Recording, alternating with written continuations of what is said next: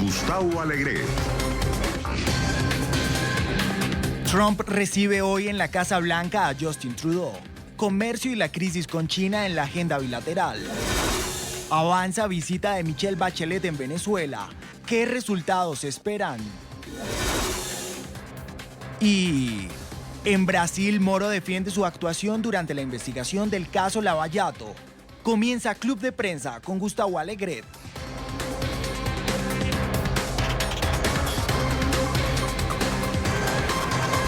Temas estos que comenzaremos en este Club de Prensa que ahora comienza. Un Club de Prensa que hoy vamos a compartir con los analistas que están ya en nuestro estudio. Con Juan Carlos Hidalgo, es analista del Instituto Cato en la capital estadounidense. Juan Carlos, ¿cómo estás? Muy buenos días. Buenos días. Con Pepe López Zamorano, que es periodista, trabaja en la red hispana o en... por su nombre en inglés, Hispanic Communications Network. Pepe, ¿cómo estás? Gracias, buenos días. Gracias por estar con nosotros. Y con Miguel Vivanco, que es corresponsal del periódico El Comercio de Perú. Miguel, ¿cómo estás? Muy buenos días. Un placer estar aquí. Gracias, el placer es nuestro. Señores, hoy la Casa Blanca va a volver a ver esa reunión bilateral de dos socios, Justin Trudeau y Donald Trump. Los Trump reciben a los Trudeau y en esa agenda bilateral cuestiones sobre la mesa. La más importante, probablemente la que más va a llamar la atención, la del Tratado de Libre Comercio de América del Norte. En las últimas horas México aprobó el tratado. Saben que una cosa es lo que se firma por parte de los líderes, la otra es la ratificación en el proceso que tiene que pasar por los diferentes parlamentos de los tres países. Pero es que no es la única cuestión que va a estar sobre la mesa, Pepe. También la tensión con China, particularmente después de que Estados Unidos solicitase la detención y extradición de quien es o era la directora financiera de Huawei, que es ese gigante de telecomunicaciones chino.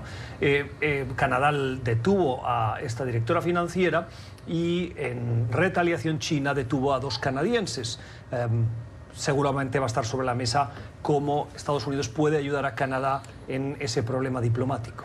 Sí, definitivamente, por la coyuntura, el tema del Tratado de Libre Comercio, el hecho de que haya sido ratificado ayer por el Senado mexicano, el hecho de que se dé esta reunión después de este encontronazo que tuvieron Trudeau y Trump el año pasado, después de que Estados Unidos unilateralmente impuso estos aranceles al acero y al aluminio, no solo a Canadá, sino también a México y a otros socios comerciales, donde recordarás que Trudeau dijo que él no iba a ser amedrentado por Trump y Trump le regresó y tuvieron uno de los periodos de inestabilidad política pues más profundos que se recuerdan en la historia de las relaciones entre Canadá y México. Entonces, me parece que es una buena señal que los dos líderes estén sentados en este momento, por la importancia estratégica que tiene que ahora se complete la ratificación de este Tratado 2, el USMCA, o como le decimos en México, el TEMEC, ¿no? La versión 2 del Tratado de Libre Comercio de América del Norte, porque realmente es un instrumento muy importante para la competitividad en América del Norte, especialmente justamente ante la competitividad que existe de parte de China. Sabemos que en Estados Unidos este proceso está a su mitad.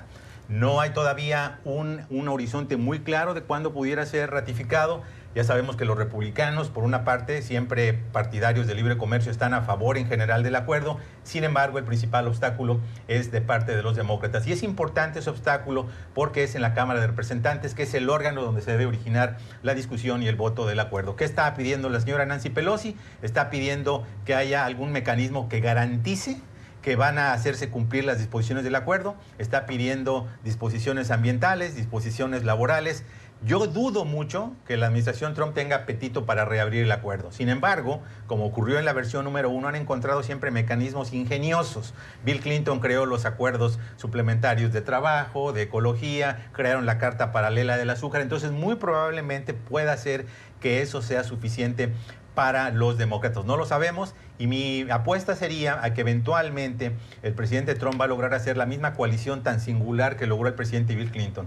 Una mayoría de republicanos partidarios de libre comercio y un grupo reducido suficiente de demócratas moderados que le permita pasarlo en la Cámara Baja y después en el Senado. Yo creo que el trayecto del acuerdo es mucho más sencillo. Ahora bien, no sé si la presidenta de la Cámara, Pelosi, se está apegando a lo que esta convención que se inventaron, yo creo que en los años 2000, que se llama la regla Hastert, que es que un presidente de la Cámara Baja no somete a votación un proyecto al menos que cuente con una mayoría de su propio partido. puede haber una mayoría en la Cámara, como vos decís, de la oposición, Sí. bueno, del partido de gobierno en este caso, que son los republicanos, que son minoría, más un poco de demócratas. Pero no sé si la Speaker Pelosi entonces está apegando esa regla, en cuyo caso no habría posibilidad alguna de que eso se someta a voto. Bueno, Dennis Hastert, el expresidente de la Cámara, era un luchador de lucha libre, que era republicano.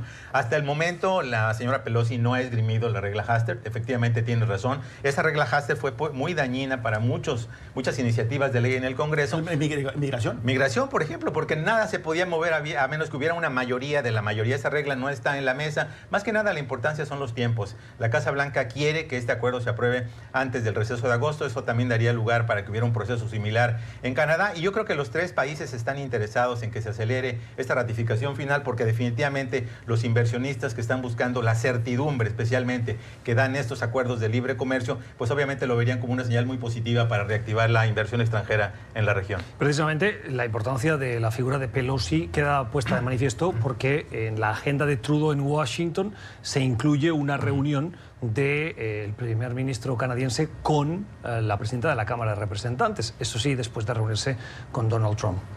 Ahora bien, no sé cómo están los tiempos legislativos en Canadá, pero yo creo que habría más presión tanto sobre Pelosi principalmente. Sí, tanto México como Canadá han aprobado el acuerdo y solo resta Estados Unidos. Yo creo que la visita tiene mucho que ver con esa premura que puede existir por el lado de Canadá. Además, la apertura de mercados que se ha empezado a hablar ya sea en el campo de los lácteos y también como en la industria automotriz, va a empujar un poco a encontrar soluciones, ya sea repitiendo una receta vieja de formar tratados o situaciones paralelas, acuerdos paralelos, pero yo creo que esto va a salir en buen término porque le interesa a los tres países. Definitivamente digo, la única mosca en la sopa, definitivamente me parece, en esta coyuntura, es esta decisión que ha tomado el presidente Donald Trump de utilizar los aranceles comerciales como arma política, ¿no? Bajo el argumento de la seguridad nacional, en este caso de migración. ¿Por qué razón? Porque me da la impresión que lo que se busca básicamente con esos acuerdos de libre comercio es dar la certeza a los inversionistas. Miguel. Cuando está ya ese marco de certeza y el presidente sale y de la noche a la mañana dice te voy a imponer aranceles, ¿verdad? Que son tarifas, es un tema comercial, simplemente porque no estás haciendo A, B o C o D, porque lo ha tocado en varios temas, no solamente en tema de migración. Eso yo creo que socava la propia lógica de los acuerdos. Entonces, no me sorprendería que en el debate de ese acuerdo, especialmente en el Congreso, muchos demócratas traigan a colación eso. El presidente usa los aranceles como una política y por lo tanto está socavando la lógica del propio acuerdo. Sí, pero eso no nos debería de sorprender porque el presidente Donald Trump utiliza siempre eso. Acaba de decir que va a deportar a millones de indocumentados, o sea que siempre sobre la mesa va a haber la presión. Eso no nos debe sorprender. Ahora bien, es interesante porque el TEMEC, si lo comparamos con lo que hay actualmente, que es el Telecan o el NAFTA, es un producto inferior. O sea, para México, para los intereses de México. La industria automotriz se somete a nuevas reglas que restan dinamismo a la competitividad de México en esa materia. Se exigen umbrales salariales más altos a la industria, reglas de origen más altos, etcétera. Incluso esto ha llevado a algunos republicanos que son muy pro libre comercio, como Toomey, el senador Pat Toomey de Pensilvania, a decir, no estoy tan seguro que quiero apoyar este tratado. Entonces, por lo menos desde la perspectiva de un liberal como yo, a mí mi escenario ideal sería que se quede el NAFTA y no se apruebe el TEMEC. El NAFTA es más librecambista, mientras que el TEMEC es un tratado más de comercio regulado. Bueno. Pero el punto aquí es el siguiente. La única razón por la cual México aceptó una versión inferior de lo que ya tiene es para eliminar esa espada de Damocles que supuestamente era que la amenaza de retirarse por completo del NAFTA por parte de Trump. Sin embargo, si estamos viendo que el futuro va a deparar un TEMEC inferior, pero que esa amenaza va a continuar presente en cualquier momento, no tanto en retirarse del NAFTA, pero en imponer aranceles de manera unilateral y que violenta el espíritu y la letra, no solo del NAFTA o el TEMEC, sino también de la OMC. Entonces la pregunta es exactamente qué está ganando México. Bueno, ahí yo creo que te refieres, la cláusula probablemente más polémica es la del sector automotriz, ¿no?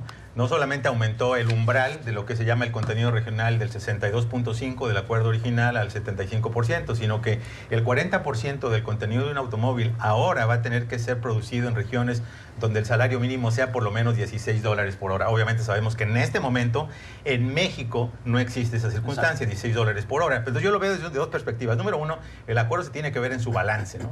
Yo creo que no te puedes sintetizar o concentrar en una cláusula específica, porque yo creo que la lógica mexicana, tanto del pasado gobierno como del actual gobierno, ha sido, bueno, vamos a tener ese marco de estabilidad, de certidumbre que genera el Tratado de Libre Comercio, y con el tiempo vamos a tratar de mejorar los salarios. Y por otra parte, el acuerdo incluye muchos componentes que se iban a incorporar en la Alianza Transpacífica, como recordarás, el presidente Trump echó a la basura, y que por lo tanto incluye elementos como el comercio digital, transfronterizo de datos, ¿no? Otras protecciones que no están en el Tratado de Libre Comercio. Entonces yo creo que tienes que verlo en balance, y en balance me da la impresión que es positivo para los tres países. No sé si vos manejas el dato, pero se me escapó a mí.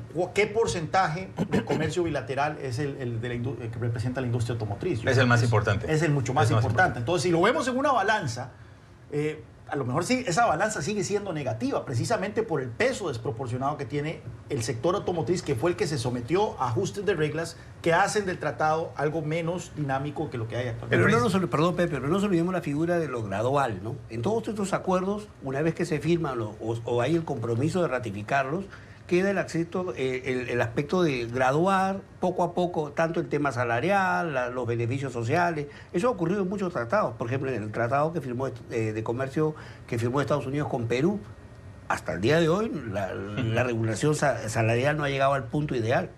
Bueno, es interesante porque Perú es un ejemplo de cómo luego de haberse firmado el acuerdo se alcanzó un acuerdo paralelo para permitir lo que Pepe mencionaba inicialmente, que son estos regímenes de inspección, principalmente en lo que se trata la industria forestal, claro, la tala de árboles, en materia ambiental.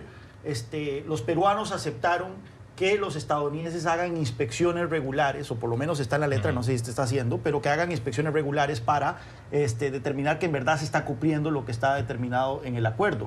Entonces se ha utilizado que, bueno, hay un precedente de un país que acepta inspecciones por parte de su socio, con tal de tener el acuerdo. La pregunta es si México estaría dispuesto a inspecciones de esta naturaleza en sus plantas industriales.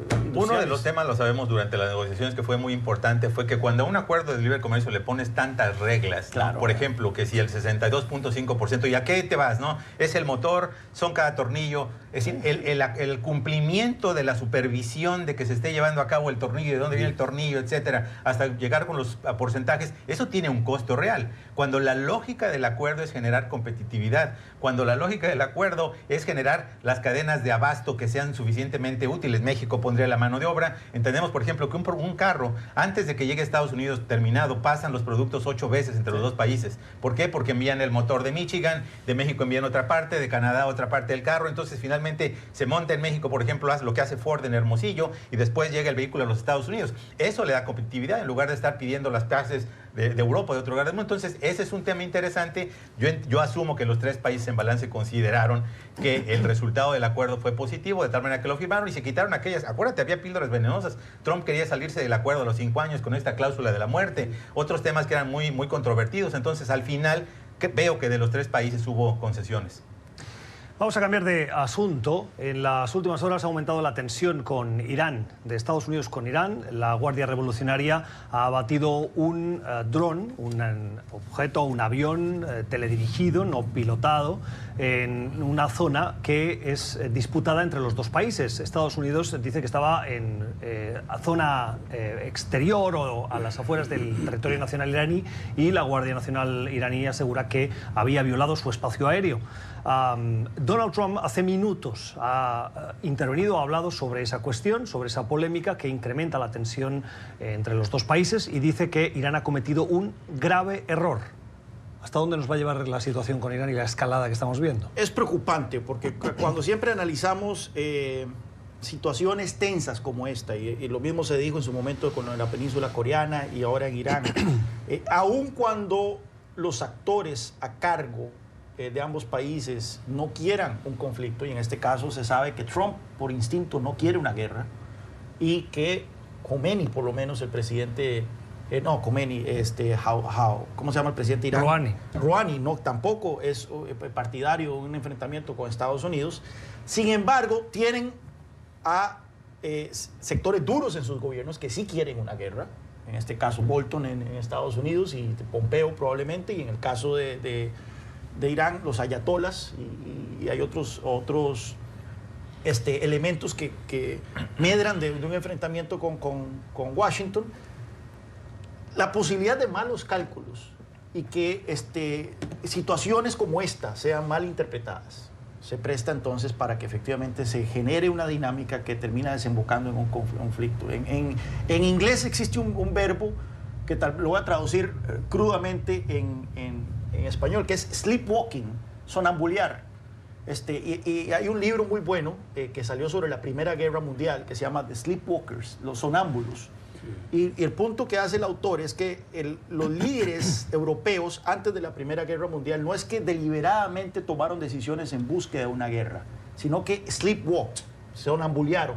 O sea, iban como zombies, sin quererlo, sin estar conscientes, hacia un conflicto que terminó degenerando la Primera Guerra Mundial. Entonces, en el caso de Irán, el problema aquí es que efectivamente hay un presidente que ha hecho su carrera política del bravado, de ser un matón, y ahora se encuentra en una posición que él mismo se ha puesto de enfrentamiento con Irán, esperando que esta política de máxima presión que él ha aplicado en otros lugares, ha aplicado en México con el tema comercial, ha aplicado en Corea del Norte y demás, rinda frutos. ¿Cuáles son los frutos que él busca? Bueno, busca que Irán eche para atrás su programa nuclear o que acepte renegociarlo, o no sé cuál será en verdad, si en verdad él abraza la ilusión de un cambio de régimen en Teherán, lo cual no parece realista. Lo cierto es que Irán no está echando para atrás. Irán podría estar incurriendo en algunas maniobras hostiles. O sea, esto de los atentados contra estos buques, no sabemos si en verdad Irán, pero estaba viendo que la inteligencia parece señala que Irán sí estuvo detrás. Y la pregunta es, ¿qué va a hacer Trump? Claro, pero aquí además de toda esta crisis y las características que se van incrementando en este problema diplomático, no nos olvidemos que también ya Donald Trump está en un momento electoral. ¿También? O sea, también no nos olvidemos, la retórica la podemos exagerar, la podemos privilegiar, pero de ahí a que lleguemos a un conflicto armado, creo que... Claro, Miguel, pero entonces en ese contexto me pregunto si a Donald Trump le interesa un conflicto militar, porque eso dañaría la economía, frustraría sus grandes promesas de retirar a Estados Unidos de conflictos bélicos no creo que llegaría, pero sí lo puede utilizar como arma, ¿no? Como amenaza. Mira, porque Donald Trump toda su política la genera en base a la amenaza. Claro, en ese juego es donde entra la teoría que nos explicaba Juan Carlos, claro, del sonámbulo que va jugueteando, pensando que le puede sacar un rédito, claro, y que puede desembocar en un conflicto armado de mayores repercusiones. Pepe. Sí, no sé si me gusta mucho esa teoría de sonambulear, porque aquí la realidad es que los dos países han cometido acciones que se pueden interpretar en un ambiente justamente de alta sensibilidad y delicadeza como provocaciones.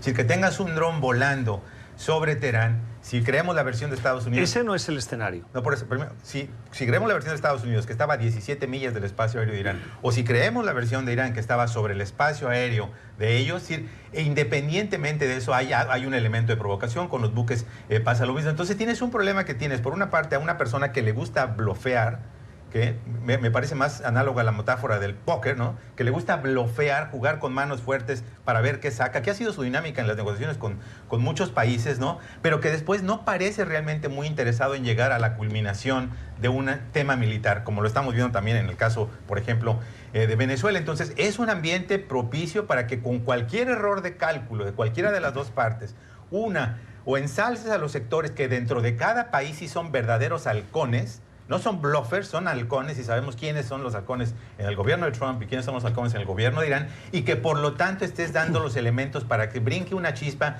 y entonces se detone un conflicto. Yo personalmente no creo que va a llegar allí, sin embargo están jugando con pólvora. Pero en ese sentido, y te doy la palabra antes de cerrar, en ese sentido la figura de Bolton, que estaría dentro de esta lista de halcones, está de capa caída, sí, o al menos tengo esa sensación desde hace un tiempo en el que él presionó determinados temas, no ha tenido resultados y el presidente Trump se ha sentido incómodo con esa presión y me atrevo a poner el ejemplo fundamental que es el de Venezuela. Sí, se reporta que Bolton podría ir de salida en cualquier momento. Yo creo que podríamos respirar un gran alivio, a pesar de que me ha gustado la presión sobre Venezuela, pero podríamos respirar un gran alivio porque es quizá el hombre más peligroso del mundo, como lo dije.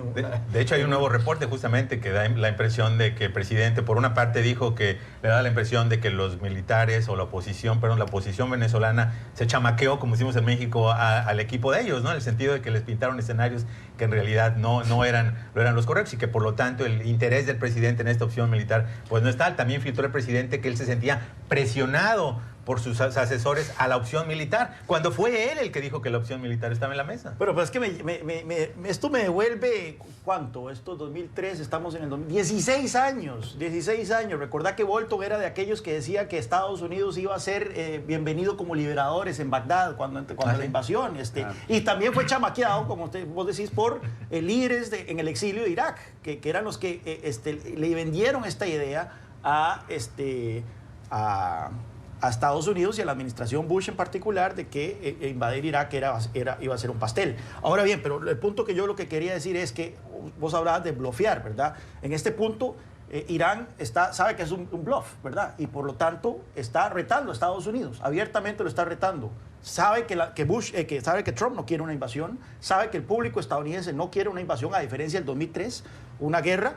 El punto aquí, un punto que difiere del caso de Corea del Sur, en el caso de Corea del Norte, es que los vecinos, los aliados de Estados Unidos en esa zona, Corea del Sur y Japón, no querían una guerra con Corea del Norte. En este caso, Arabia Saudita e Israel están ansiosos de un conflicto militar con Irán y quieren que sea Estados Unidos el que haga ese conflicto militar. Y en esto hay que tener el contexto siempre. Hay elecciones para primer ministro en Israel en el mes de septiembre. Si es coincidencia o no, pues no lo sabemos. Seguimos en Club de Prensa con las opiniones de Juan Carlos Hidalgo, de Pepe López Zamorano y de Miguel Vivanco, el día en el que ha llegado a Venezuela la alta comisionada para los derechos humanos, Michelle Bachelet. Va a mantener reuniones con altos funcionarios, con la oposición al chavismo, con Juan Guaidó, también con considerados presos políticos y va a intentar hacer una radiografía de la situación real que vive Venezuela. En las últimas horas, el presidente considerado por parte del madurismo, presidente Nicolás Maduro. Me he confundido. Cuando uno habla de Maduro ya no se sabe cómo tienen que referirse a él. En cualquier caso, Maduro ha dicho que es bienvenida si eso sirve para mejorar la situación en Venezuela. ¿Va a mejorar en algo esa situación en Venezuela, Miguel?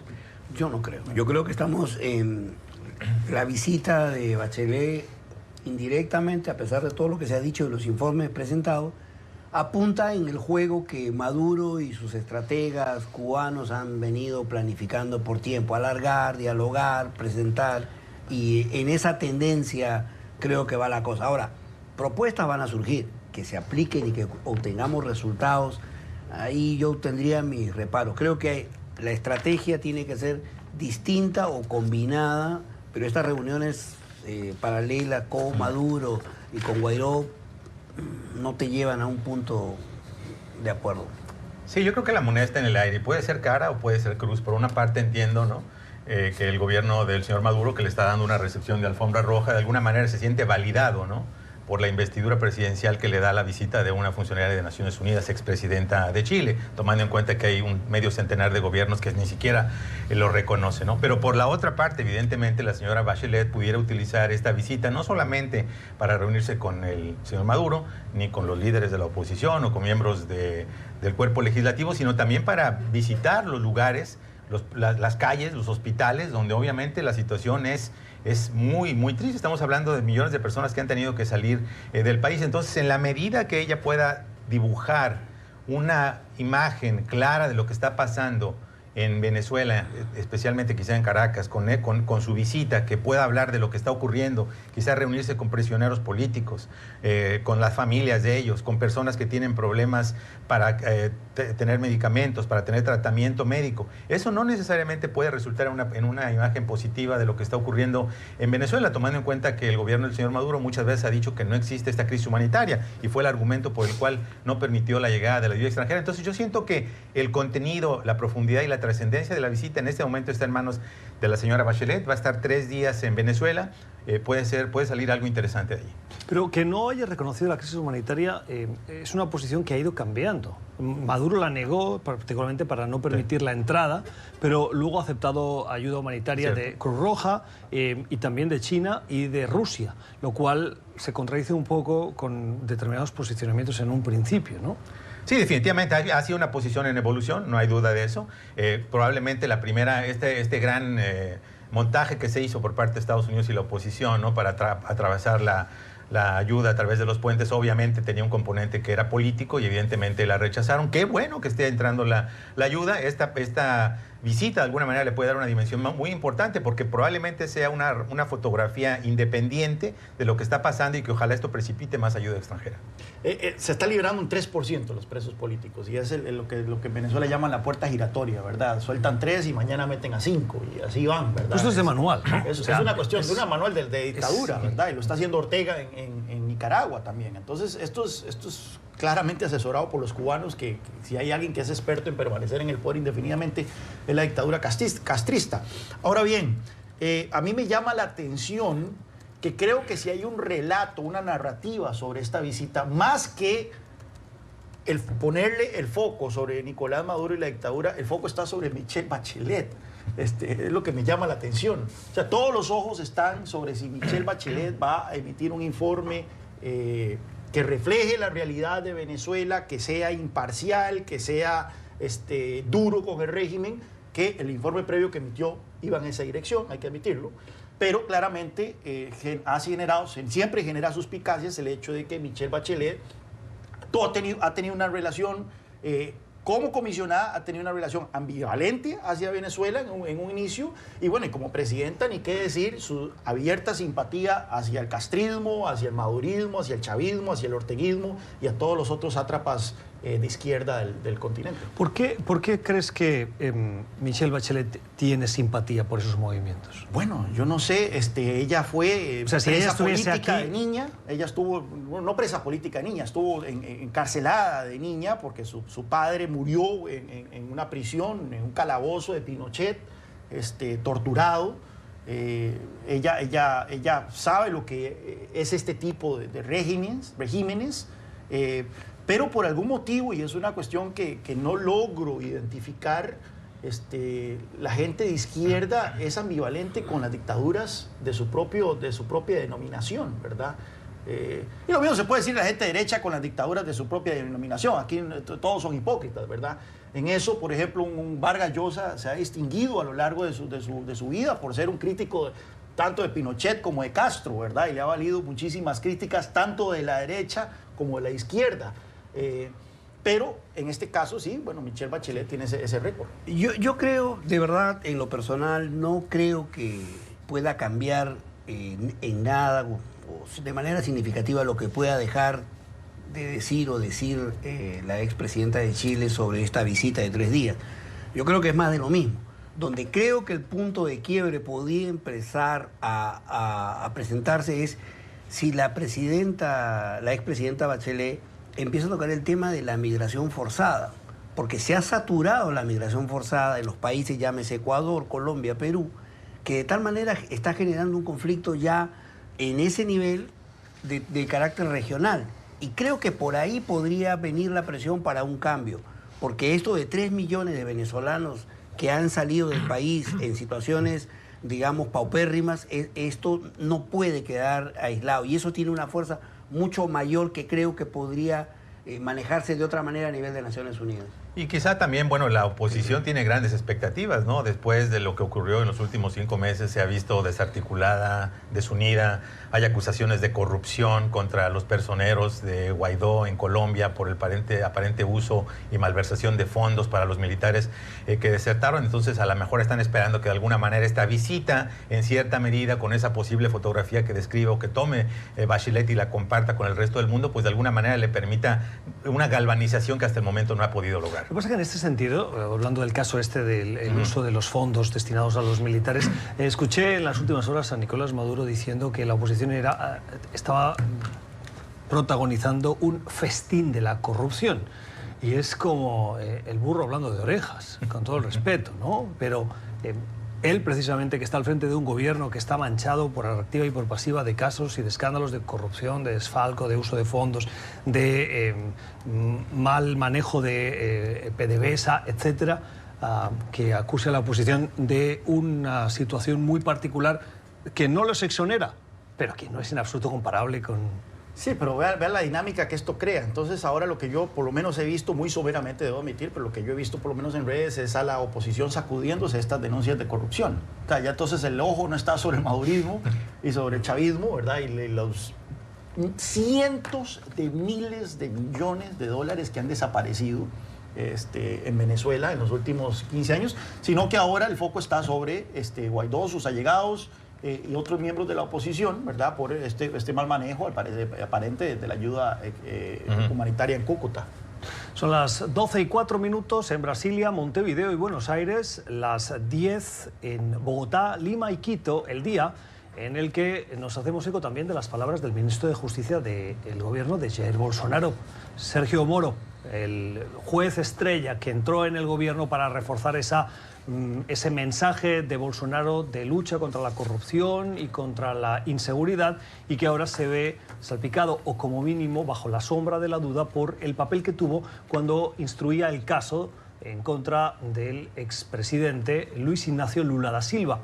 A través de la web de Intercept Brasil se han publicado una serie de comunicaciones del entonces juez, hoy ministro de Justicia, con los fiscales del caso, en el que se coordinaban para influir en la opinión pública en contra de la imagen de Luis Ignacio Lula da Silva, lo cual iría en contra del debido proceso al no ofrecerle un juicio justo a Lula da Silva. El juez ahora dice que no recuerda esas comunicaciones, que no las conserva y que forma parte de una campaña en su contra de desprestigio. ¿Debe dimitir? No, yo creo que no. Básicamente la defensa que está haciendo va en tres direcciones. Uno, que ha habido un hackeo ilegal, muy sofisticado, de sus comunicaciones. Y recordemos que Telegram, que es no fue WhatsApp, sino fue Telegram, se caracteriza por tener todavía un código de encripción todavía mucho más elaborado que WhatsApp, al punto que Telegram es la red que utilizan los terroristas usualmente en Europa Occidental. Es interesante porque también en su deposición de ayer, Moro tiró una pista ahí y dijo que Telegram es una aplicación desarrollada en Rusia. Ojo, ojo. Nada más quiero señalar que uno de los grandes defensores de Julian Assange a nivel mundial ha sido Glenn Greenwald, que es el director de Intercept, y ha sido un gran defensor de Wikileaks. Entonces, no sé si esto fue una manera de Moro de dar a entender algo, pero está tirando ahí que podría haber un hackeo de ese nivel por parte no hay que decir quién. Y la otra defensa que él está haciendo es de que se liberen todas las conversaciones. Está diciendo no saquen extractos nada más, sino liberen todo, lo cual efectivamente yo creo que es una demanda racional. Sí, bueno, es el eterno debate de si el fin justifica los medios. En este caso, una acción evidentemente ilegal, que es la conversación subrepticia de conversaciones privadas, se justifica, ¿no?, para fundamentar que efectivamente había una conspiración, ¿no?, política contra Lula da Silva y otros políticos de Brasil. Aquí me parece que el foco del asunto debe ser también, ¿no?, aparte de determinar cómo es que se hicieron estas grabaciones y en todo su caso proceder contra los responsables, porque obviamente es un acto ilegal, ¿por qué razón el propio juez rompió esta muralla, esta barrera que existe en casi todos los sistemas judiciales modernos, donde no puede existir una coordinación entre el juez y los fiscales? Y en este caso, si son correctas, si son verídicas y legítimas estas conversaciones, si son exactas, si no están fuera de contexto, pongo varios sís. Si es así, en este caso se rompió ese principio. En Estados Unidos y en muchos otros países no solo no puede haber una coordinación, debe haber contacto. Y en estos casos se reveló que el propio juez recomendó la secuencia de las acciones. Evidentemente esto tiene que conducir a una investigación mucho más profunda. Si primero cómo se hicieron las grabaciones, pero también después si efectivamente el juez violentó esas disposiciones y si eso podría tener un impacto técnico en los procesos judiciales contra las personas implicadas. Sí, pero también no seamos inocentes. Esto es una contraofensiva clásica de los grupos de poder que están inmiscuidos en la corrupción. Eso se ve, se está viendo ahora en Brasil, se ve en Perú. Y básicamente cualquier argumento es válido, pero lo cierto es que estos megaprocesos, estas megas investigaciones en cualquier país, si hablamos del caso Odebrecht o Lavallato, obligan necesariamente a que tanto jueces como fiscales de alguna manera tengan que coordinar acciones, porque es imposible. Entonces yo creo que esta es una respuesta básica de los grupos de poder vinculados con la corrupción. Ahora, si somos legalistas, evidentemente vamos a entrar en argumentos que, bueno... No, pero es que no es un tema nada más legalista, Miguel. Ahí estoy contigo brevemente. Porque en muchos partes de América Latina, por ejemplo, el proceso debido es tan importante porque saben que si hay una ruptura de la cadena legal, se desmorona todo el proceso. Entonces, creo que debe haber un meticuloso apego al Estado de Derecho y no encontrar estos atajos que efectivamente puede que sean necesarios por la naturaleza complicada de los proyectos, pero si no lo haces, Miguel, estás propiciando precisamente que por un tecnicismo de no apego al debido proceso, justamente personas que efectivamente cometieron ilícitos puedan salir libres. Es que ese era otro punto. Vos mencionabas si el fin justifica los medios. No me queda la menor duda que aquí hubo algún tipo de coordinación entre Moro y la Fiscalía. O sea, y eso ya lo sabemos. Está grabado. Antes de que se filtrara esto ya se sabe. Acordate aquella grabación entre Dilma y Lula que fue filtrada por Moro. Aquella conversación. Antes de la sentencia de Fujimori, recordemos también, entonces, hubieron coordinaciones y preguntas. Aquí la pregunta es, si el enemigo era tan formidable, y estamos hablando de los políticos y empresarios más poderosos del Brasil, y no solo del Partido de los Trabajadores, sino también de los de la oposición, recordemos, que hubo un escenario en donde Moro dijo, bueno, la única manera de derrotar a estos carteles de la corrupción es torciendo un poquito las reglas. Porque si no, nos van a llevar entre las piernas. Y odio tener que apelar a ese argumento, pero no lo podemos perder en el contexto de lo que es el Lavallato en Brasil. Vamos a una nueva pausa. Al volver, hablamos de una visita. Hace 14 años que el líder de China no visitaba, Corea del Norte. Xi Jinping ha llegado a Pyongyang para reunirse con Kim Jong-un. Seguimos en Club de Prensa hablando sobre las cuestiones de la actualidad, una actualidad que también nos lleva a Pyongyang, a la capital de Corea del Norte, que ha recibido hoy al líder de China, al presidente chino Xi Jinping. Llega en un momento delicado en el de que las dos naciones, tanto Corea del Norte como China, mantienen conflictos con Estados Unidos y buscan acercarse. China siempre ha sido el gran protector de Corea del Norte. Miguel, una reunión, una visita de Estado en la que tenemos que esperar resultados concretos. Hay pocas informaciones, poco se ha filtrado de esta reunión, pero lo que creo que en sí es el presidente chino está utilizando esta visita para como herramienta de presión o para contrarrestar los conflictos comerciales que tiene con los Estados Unidos.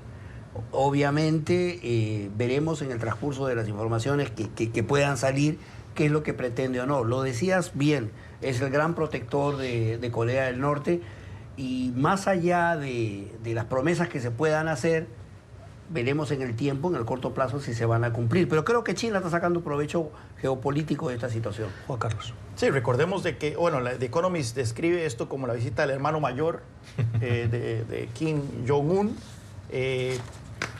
China juega un papel crítico en todo lo que se trata de Corea, es, si se puede decir, el principal aliado de Pyongyang, pero no solo eso, sino que China también puede hacerse de la vista gorda con las sanciones internacionales que están sobre Pyongyang, sanciones por las cuales China votó en la ONU, pero sin duda alguna en materia por lo menos de importaciones energéticas hacia Corea del Norte, la frontera con China es crítica y si China empieza a relajar su actitud hacia Corea del Norte, esto alivia la presión que se ha querido poner sobre Pyongyang.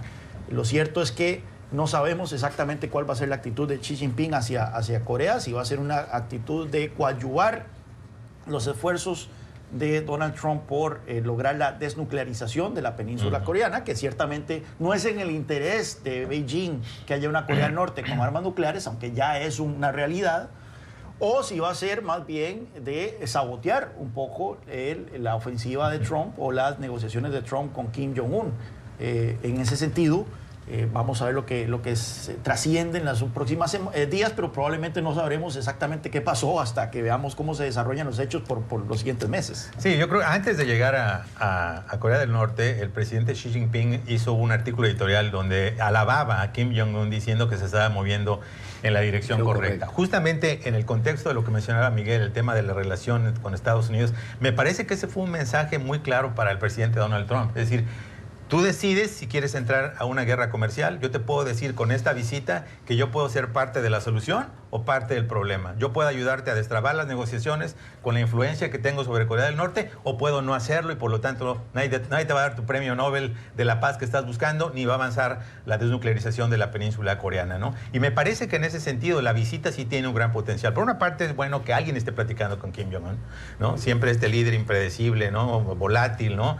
Cuando a nadie le hace caso, cuando está buscando atención internacional, hace cosas que ponen al mundo en zozobra. Y la posibilidad de ese potencial, creo, radicaría en que el presidente Xi Jinping endosara públicamente lo que es la estrategia norcoreana, la idea de que si bien no haya un acuerdo marco definitivo para acabar con el programa nuclear, que cada avance que dé Corea del Norte específico en materia de desnuclearización sea acompañado de suavización de sanciones recíprocas por parte de Estados Unidos y de la comunidad internacional. Si por lo menos, si no destrabar el proceso, por lo menos lo logran poner en esa ruta a través de la cual concesiones progresivas resulten en concesiones progresivas de la otra parte, creo que sería un buen resultado.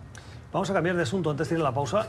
Os pido un comentario sobre la noticia de que el expresidente francés Nicolas Sarkozy va a enfrentar un juicio por corrupción y presunta financiación irregular de su campaña. Sarkozy fue presidente de Francia entre el 2007 y el 2012 y los jueces avanzaron en una investigación en la que concluyeron que había que pinchar el teléfono, escuchar las conversaciones privadas del líder francés para tener más pruebas, más detalles sobre si recibió fondos del ex líder libio Muammar al-Gaddafi. ¿Qué nos dice, Juan Carlos, esta noticia de que puede llegar a ser juzgado? Yo recuerdo que en su momento Gaddafi visitó a Sarkozy, ya cuando Sarkozy era presidente. Incluso Sarkozy le permitió poner su tienda ahí de campaña ahí en los Elíseos. Bueno, no es la primera vez que un presidente francés está sometido a un caso de corrupción, a un juicio por corrupción, pero en este caso es la primera vez que es por algo que ocurrió durante su campaña o durante su presidencia. La anterior fue Jacques Chirac, que fue sometido a juicios por corrupción que supuestamente ocurrió y finalmente fue absuelto cuando fue alcalde de París. En este caso, bueno, la desintegración de la figura de Sarkozy. Recordemos que en su momento fue probablemente uno de los líderes europeos, el segundo líder europeo más poderoso. Y muy criticado por sus aires napoleónicos, por sus aires de grandeza, ¿no? Muy en la línea de las críticas que le hacen a Macron. Por ser hiperactivo. Y nuevamente es esta gran discusión que siempre ha habido en Francia sobre cómo debería ser la figura del presidente. Francia nunca se ha repuesto de la pérdida de su rey, de la monarquía, dicen. Entonces, ya Charles de Gaulle personificó lo que debería ser la figura del presidente francés como un casi que monarca electo, y desde entonces ha habido toda una sucesión de líderes que no han encajado con eso. Entonces Sarkozy rompió ese molde siendo sumamente hiperactivo, y esto le cayó mal a los franceses. Entonces Hollande prometió un presidente normal y tampoco le gustó porque resultó ser demasiado vaso de agua, ¿verdad? Sin sabor.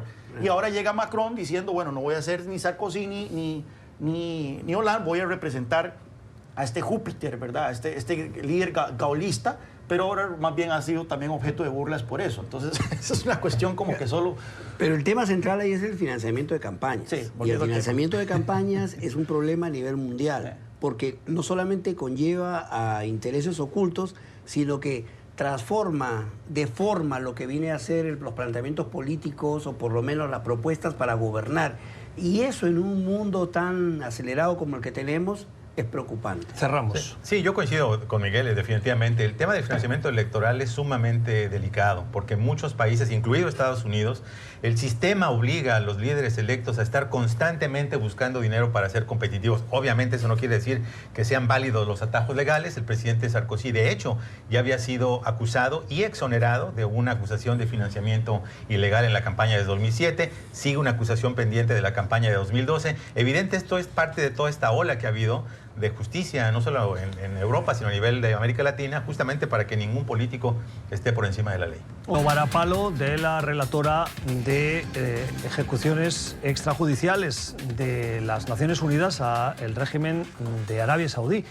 Dice esta relatora, su nombre es Agnès Callamard. Yo la desconocía que existía una relatora para esta cuestión concreta de las ejecuciones extrajudiciales, pero ha elaborado un contundente informe en el que básicamente dice dos cosas. Una, que hay pruebas creíbles que involucrarían la participación directa del príncipe de Arabia Saudí, Mohammed bin Salman, en la desaparición y ejecución del periodista que trabajaba para el Washington Post en el consulado saudí de Estambul en octubre pasado, Jamal Khashoggi. Y por el otro, dice que esa desaparición y esa ejecución se puede catalogar como asesinato extrajudicial y anima al secretario general de la ONU, Pepe, a abrir una investigación de motu propio sin que ningún Estado lo solicite. ¿Debería hacerlo Antonio Gutiérrez? Pues con base en las conclusiones a las que llega la señora Callamard, me parece que sí. Es decir, cuando habla de que existen pruebas creíbles, todavía no conocemos a profundidad todo el material de la participación posible, del conocimiento del príncipe bin Salman sobre este asesinato, ¿no? Cuando vimos las imágenes de lo que ocurrió en la sede consular en Estambul, etcétera, yo creo que obviamente sí amerita una investigación internacional. Como sabemos, este tema fue de alguna manera envuelto en toda esta cortina de humo de la geopolítica, cuando el propio presidente Trump de alguna manera trató de exonerar la participación del príncipe bin Salman, diciendo que él creía que ellos no estaban, por supuesto, involucrados, y después los procesos dieron a entender que sí había algún tipo de información. Obviamente, esto creo yo que no se puede determinar que es una causa cerrada, ¿no? El hecho de que ella incluso esté diciendo que se proceda con las sanciones hasta que la investigación o el propio príncipe determine que efectivamente no tuvo participación, es que está poniendo la carga de la prueba en las autoridades saudíes. De ese calibre debe ser el tipo de evidencia que ella tiene para hacer esta recomendación al secretario general de Naciones Unidas. Me quedan 20 segundos. Juan Carlos. Bueno, yo creo que aquí todo el mundo sabe qué fue lo que pasó. Nadie puede estar bajo otra impresión de que el príncipe heredero no tuvo nada que ver con este crimen. La pregunta es, bueno, sí, que venga con la sanción de la ONU, una investigación, y creo que es positivo, pero eso no va a tener consecuencias algunas.